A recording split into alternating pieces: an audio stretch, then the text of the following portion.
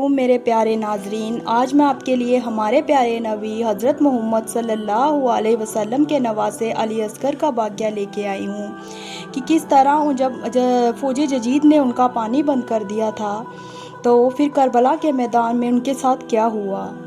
جیسے ہی امام حسین علی اصغر کو میدان میں لے آتے ہیں تو فوج جدید ہنسنا شروع کرتی ہیں کہ شاید حسین قرآن لے کے آیا ہے۔ اتنی دیر میں امام حسین علی اصغر کو ظاہر کرتے ہیں اور کہتے ہیں، ہے میرے نانا کی امت، یہ 6 ماہ کا رسول اللہ کا نواسا ہے، اگر تمہاری جنگ ہے تو مجھ سے ہے، اس معصوم بچے نے تمہارا کیا بگاڑا ہے؟ ارے 3 دن لگاتار پیاسا رہنے سے اس کی ماں کا دودھ خشک ہو گیا ہے، اسے تھوڑا پانی دے دو، اسے آرام مل جائے گا۔ پھر فوج جدید زور زور سے ہنسنا شروع کرتی ہیں اور کہتی ہیں، ہے حسین، اگر بچہ اتنا ہی پیاسا ہے تو اسے کہہ دو خود سے پانی مانگے، ہم ضرور دیں گے۔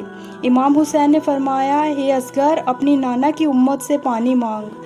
تو علی اصغر کے لب ہلنے لگتے ہیں اور فوج جدید کی آنکھوں میں آنکھیں ڈال کر کہتے ہیں، ہے میرے نانا کی امت، میں 3 دن کا پیاسا ہوں، مجھے تھوڑا پانی دے دو۔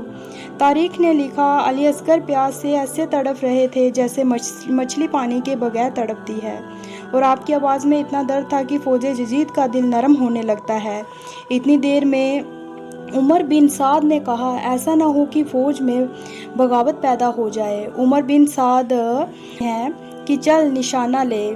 پھر پہلی بار وہ تیر نہیں چلا پاتا، پھر دوسری بار کوشش کرتا ہے تو تیر نہیں چل پاتا، جب تیسری مرتبہ بھی تیر نہیں چل پاتا تو عمر بن سعد کہتا ہے کہ پورے لشکر میں تم سے بے رحم کوئی نہیں، تجھ سے یہ بچہ نہیں مارا جاتا۔ تو ارملا کہتا ہے کہ جب بھی میں بچے کا نشانہ لیتا ہوں تو خیام سے سیاہ لباس والی بی بی مجھے دور سے اشارہ کرتی ہے کہ ظالم نہ مار، یہ تیرے رسول کا نواسا ہے، یہ 6 ماہ کا بچہ ہے۔ تو عمر بن سعد کہتا ہے، تو خیام کی طرف مت دیکھ، اس بچے کو قتل کر دے۔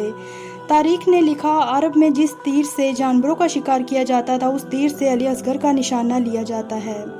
اس کی 3 نوکیں تھیں، جیسے ہی تیر وہ چلتا ہے، تیر اتنا وزنی تھا کہ علی اصغر کو چیر کر امام حسین کی بازو پر لگ جاتا ہے، آپ کے شریر سے خون اور دودھ بہنا شروع ہو جاتا ہے۔ امام حسین اپنے بیٹے کو دیکھ کر آسماں کی طرف دیکھتے ہیں اور چاہتے ہیں کہ خون علی اصغر آسماں کی طرف روانہ کروں۔ آواز آتی ہے، ہے حسین، قیامت تک پانی نہیں برسے گا۔ پھر امام حسین چاہتے ہیں کہ خون کو زمین کی طرف روانہ کرے، تو آواز آتی ہے کہ قیامت تک اناج پیدا نہیں ہوگا اس زمین سے۔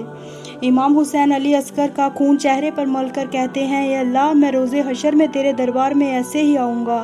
اور پھر اپنے بچے کو اپنی بازوؤں میں چھپائے ہوئے واپس آتے ہیں اور کہتے ہیں، اے رباب، اپنے بچے کو لے۔ بی بی رباب جیسے ہی امام حسین کی چادر مبارک کو ہٹایا، چیخ کر رو کے کہتی ہے، اللہ، یہ اتنے ظالم، کیا ان کا خود کا کوئی بیٹا نہیں؟ یہ کیسے رسول اللہ کے بچے کے نواسے پر ظلم کر رہے ہیں؟ پھر امام حسین بی بی رباب کو دلاسا دیتے ہیں اور فرماتے ہیں کہ ہمارے بچے کی قربانی آخر وقت تک یاد رکھی جائے گی۔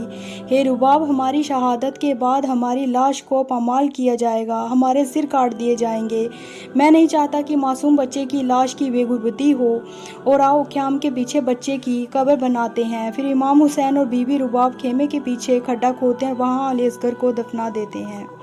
تاریخ نے لکھا، جیسے ہی امام حسین کی شہادت کے بعد تمام شہیدوں کے سروں کو کاٹا جا رہا تھا تو اتنی دیر میں آواز آتی ہے، اس بچے کی لاش نہیں ملتی جس کو حسین پانی پلانے کے لیے حسین میدان میں لے کر آئے تھے۔ تو پھر یزید کی فوجوں بالوں سے کربلا کی زمین پر مارنا شروع کرتے ہیں کہ امام حسین نے یہیں کہیں دفن کیا ہوگا۔ پھر جیسے ہی ایک بالا زمین پر لگتا ہے، اس پر علی اصغر کی لاش اس بالے کے ساتھ باہر آ جاتی ہے، اور جیسے ہی بی بی رباب دور سے دیکھتی ہے اور زور زور سے رو کر اللہ سے کہتی ہے کہ میں وعدہ کرتی ہوں جب تک زندہ رہوں گی تب تک نہ ٹھنڈا پانی پیوں گی اور نہ ہی کبھی سایہ میں بیٹھوں گی۔ پھر ان ظالموں نے اس 6 ماہ کے بچے کا سر کاٹ کر نیزے پر چڑھا دیا اور اس کے جسم مبارک کو میدان کربلا میں چھوڑ دیا۔